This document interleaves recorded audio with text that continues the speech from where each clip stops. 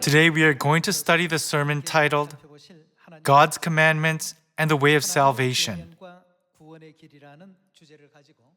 Through the teachings of the Bible, let us realize how precious God's commandments are.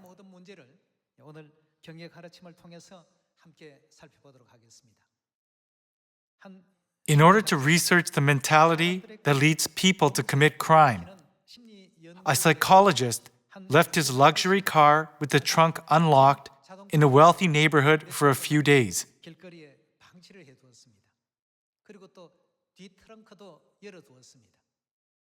Several days passed, but nothing happened to the car. Since it was a wealthy neighborhood, the car did not tempt people to commit crime, even though it was a very expensive car. The psychologist then smashed one of the windows. Something strange began to happen in that wealthy neighborhood after the window was smashed. The expensive items that were inside the car began to disappear one by one. The items in that car were affordable to the wealthy people of that neighborhood. Yet the broken window triggered the mentality of the once law-abiding residents to commit crime. All the essential parts of the car, like the tires, were stolen. In the end, only the body of the car was left. Such a strange phenomenon occurred in this wealthy neighborhood. People wondered, how can we reduce the crime rate of neighborhoods where it is high? Based on the result of this experiment, they decided to do a graffiti removal campaign. Since the graffiti removal campaign began, the crime rate decreased dramatically in just a few months. The crime rate decreased by approximately 40% after only 1 year. Through this example, we can learn an important lesson concerning the mental process of men. One person's small criminal activity can lead to numerous crimes, and one cleaning movement can defeat many people's desire to commit crimes. Scholars concluded that the way to lower crime rates is to keep our environment clean rather than increasing the number of police officers.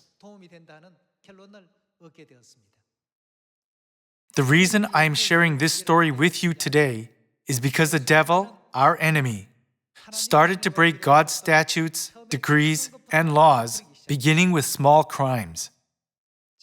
After people committed a small crime, like breaking a window, how did their mentality change?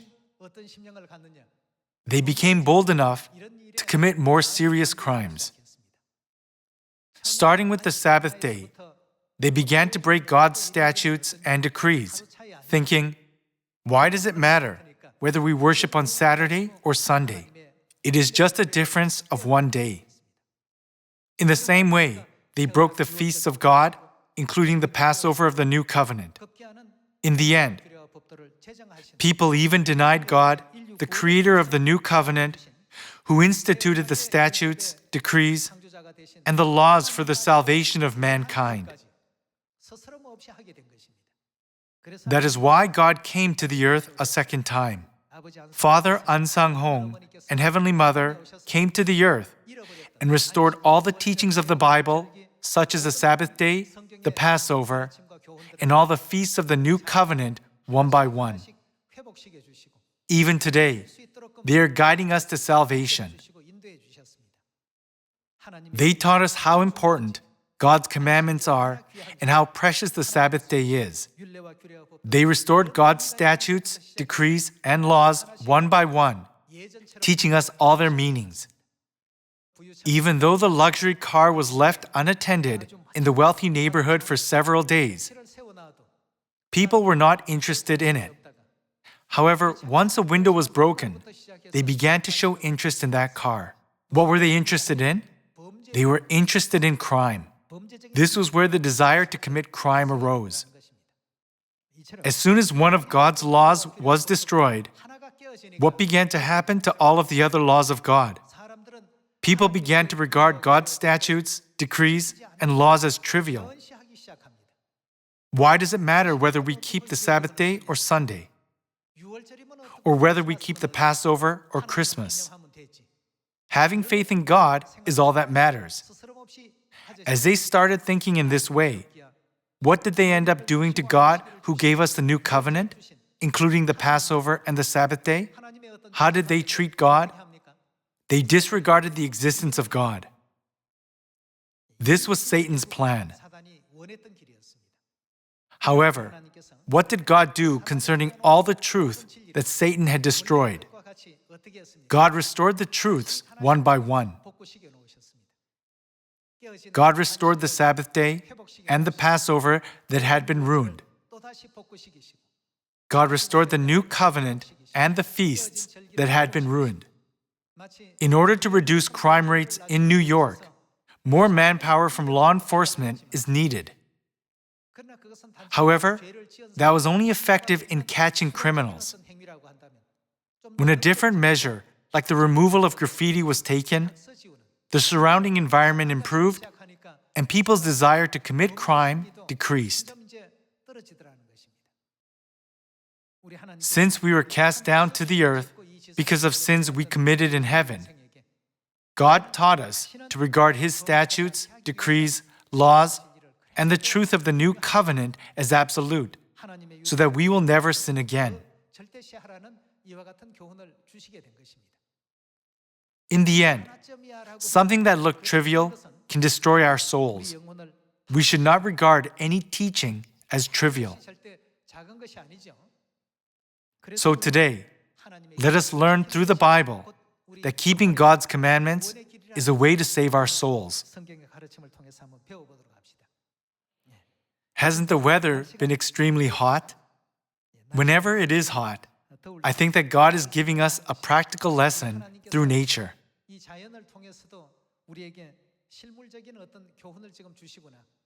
It has been so hot that it went over 50 degrees Celsius in some European countries. Now the climate changes taking place are record-breaking. This scorching weather makes me think, living in this hot weather is tormenting. So how much more painful it will be if we have to live forever in a place hotter than those countries. In Luke chapter 16, the rich man asked God, who is represented as Abraham, "Please send Lazarus to dip the tip of his finger in water and cool my tongue." Everyone, can we cool down when water from the tip of a finger touches our tongue? However, hell, which is everlasting, is a place where souls are desperate for even a small drop of water. How precious is the truth of the new covenant that we are preaching now. We must not keep the Sabbath day and the Passover habitually, just because they are written in the Bible. Instead, we must regard them as precious. Let us understand the desperate heart of the rich man from the parable who shouted, so that they will not also come to this place of torment, and regard God's commandments as more precious and keep them. Let us go to Isaiah chapter 24, verse 1. See, the Lord is going to lay waste the earth and devastate it. He will ruin its face and scatter its inhabitants. It will be the same for priest as for people, for master as for servant, for mistress as for maid, for seller as for buyer, for borrower as for lender, for debtor as for creditor. The earth will be completely laid waste and totally plundered.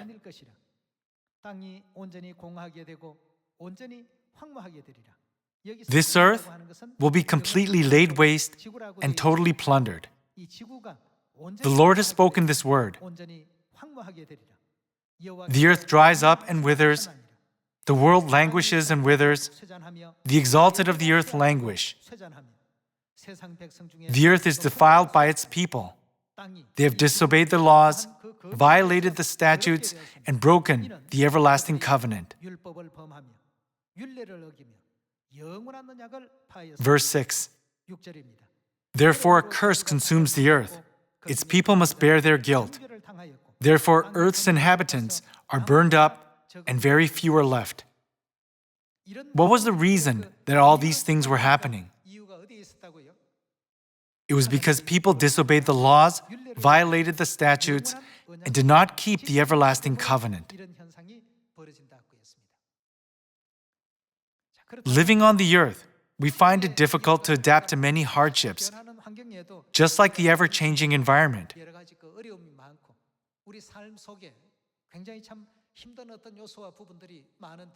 Then, what will happen if we cannot enter the everlasting kingdom of heaven? In other words, what if we go to hell? In the book of Revelation, God prophesied, "The smoke of their torment rises forever and ever." What will happen to us if we are thrown to this place? Mercifully, Heavenly Father and Heavenly Mother came to the earth to save us from the clutches of hell by preaching the new covenant and teaching us the truth. They have been leading all mankind to the way of salvation. Let us move on to Matthew chapter 7. In Matthew chapter 7, verse 21, it is written, "Not everyone who says to me, 'Lord, Lord,' will enter the kingdom of heaven, but only he who does the will of my Father who is in heaven." Where will they enter? What will happen if we cannot enter heaven? God said, just as man is destined to die once, and after that to face judgment. When we stand before the judgment seat, God will either send us to heaven or to hell. In a courtroom, the judge determines whether someone is a criminal or not. In the same way, on Judgment Day, God will determine whether we deserve to go to heaven or hell.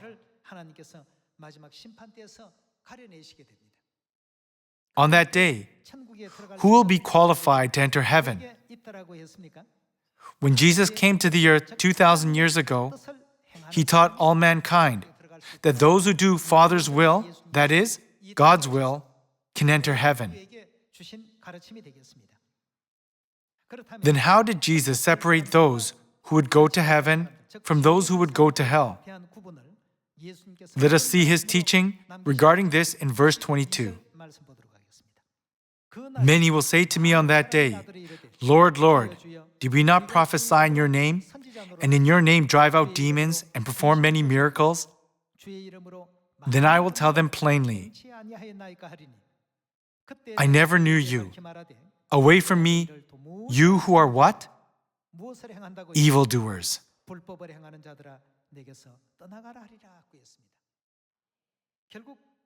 Therefore, those who do Father's will can enter heaven, and those who don't receive the judgment of eternal hell.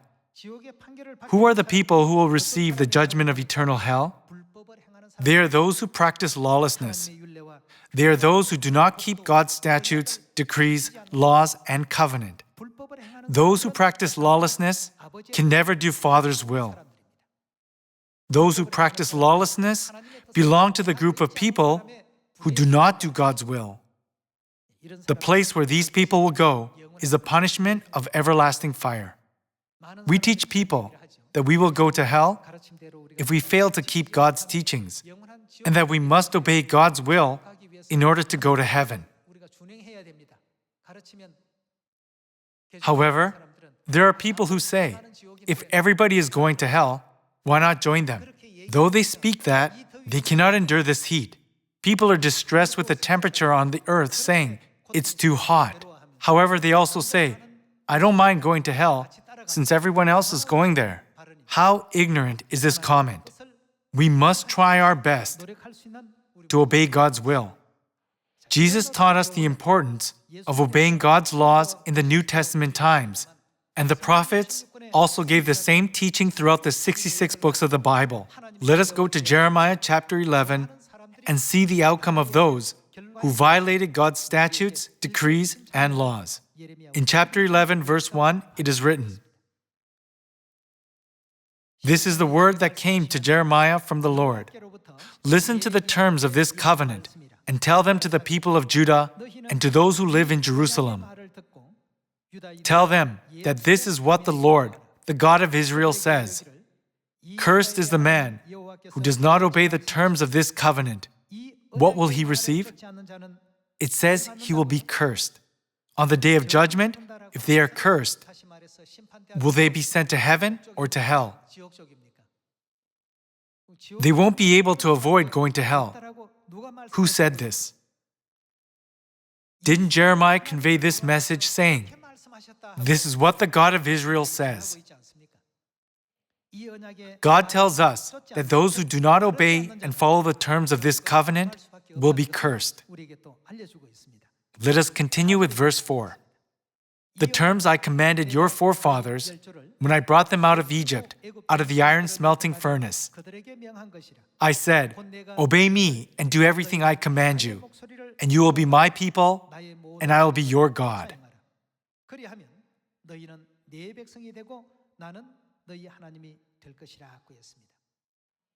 God has promised us that if we obey God and keep His word, He will be our God and we will be His people. And those who disobey His word will be cursed.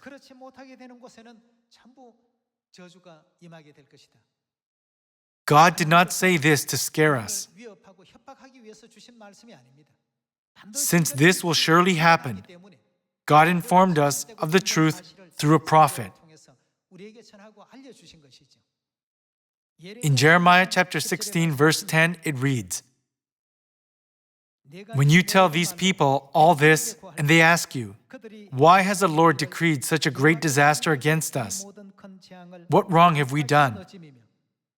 What sin have we committed against the Lord our God?' Verse 11, "Then say to them, 'It is because your fathers forsook me, declares the Lord, and followed other gods and served and worshipped them. They forsook me and did not keep my..." What did they not keep? Even by this one fact that you are not keeping God's law, I can already see that you are worshiping another God and have betrayed me.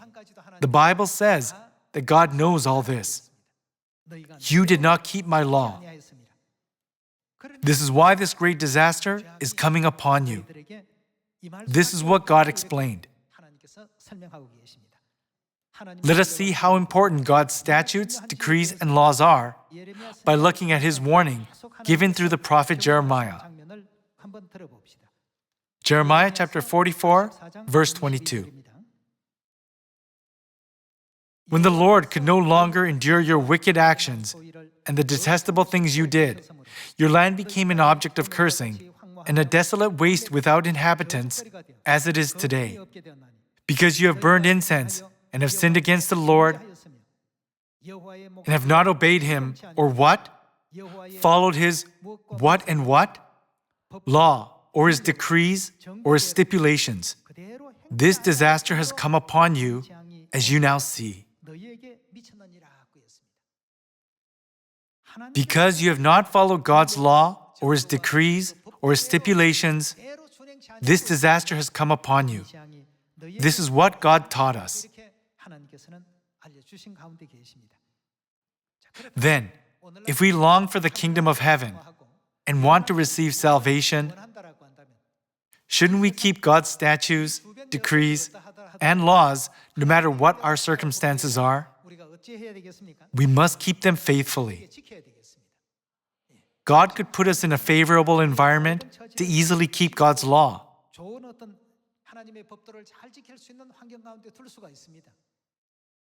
However, anybody can keep God's law in favorable circumstances.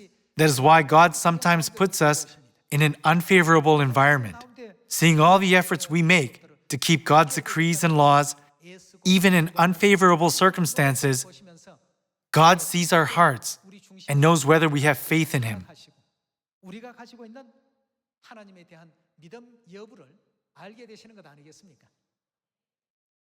Once upon a time, there was a young man in a rich family. His father wondered, "Can I really let my son inherit my estate?" Will he be able to expand our estate? With concern, he tested his son, saying to him, "Go out into the streets today, earn money by yourself, and bring it to me." Until this time, the son had only been squandering his parents' wealth. He had never labored for money before.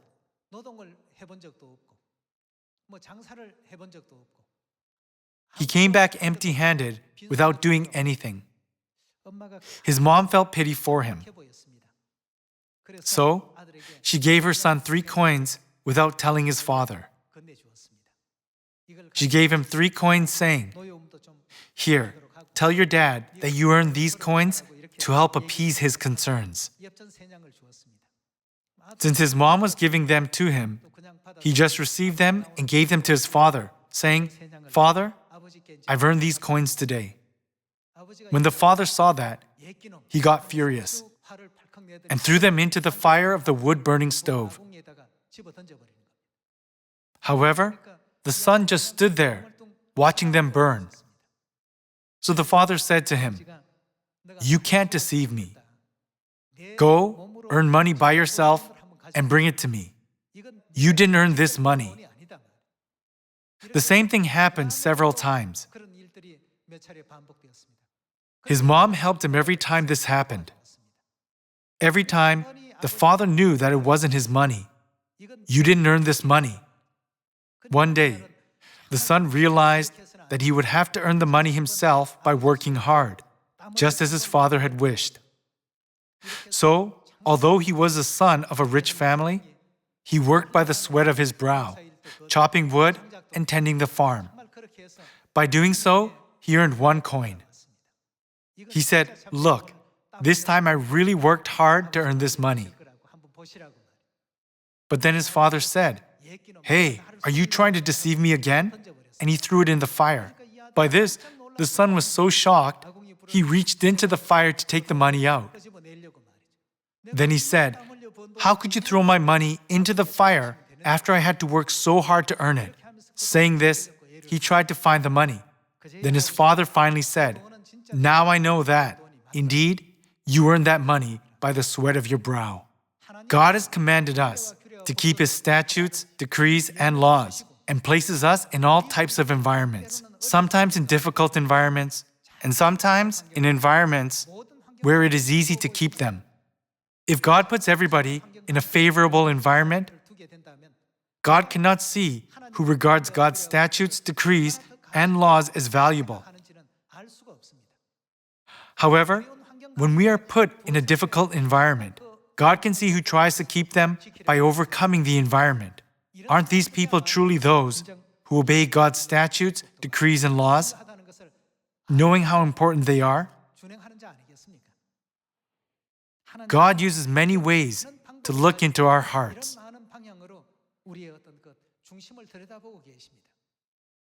Everyone, sometimes God puts obstacles in our path to teach us that God's commandments are the true way of salvation that leads us to heaven. Some say, "It's strange. Things always keep coming up every Sabbath day. There are always things that try to prevent us from going to church on the Sabbath day." These are situations that make us weigh the Sabbath day against worldly matters. Through all these, God weighs our faith to see whether we regard God's statutes, decrees, and laws as more important than anything else.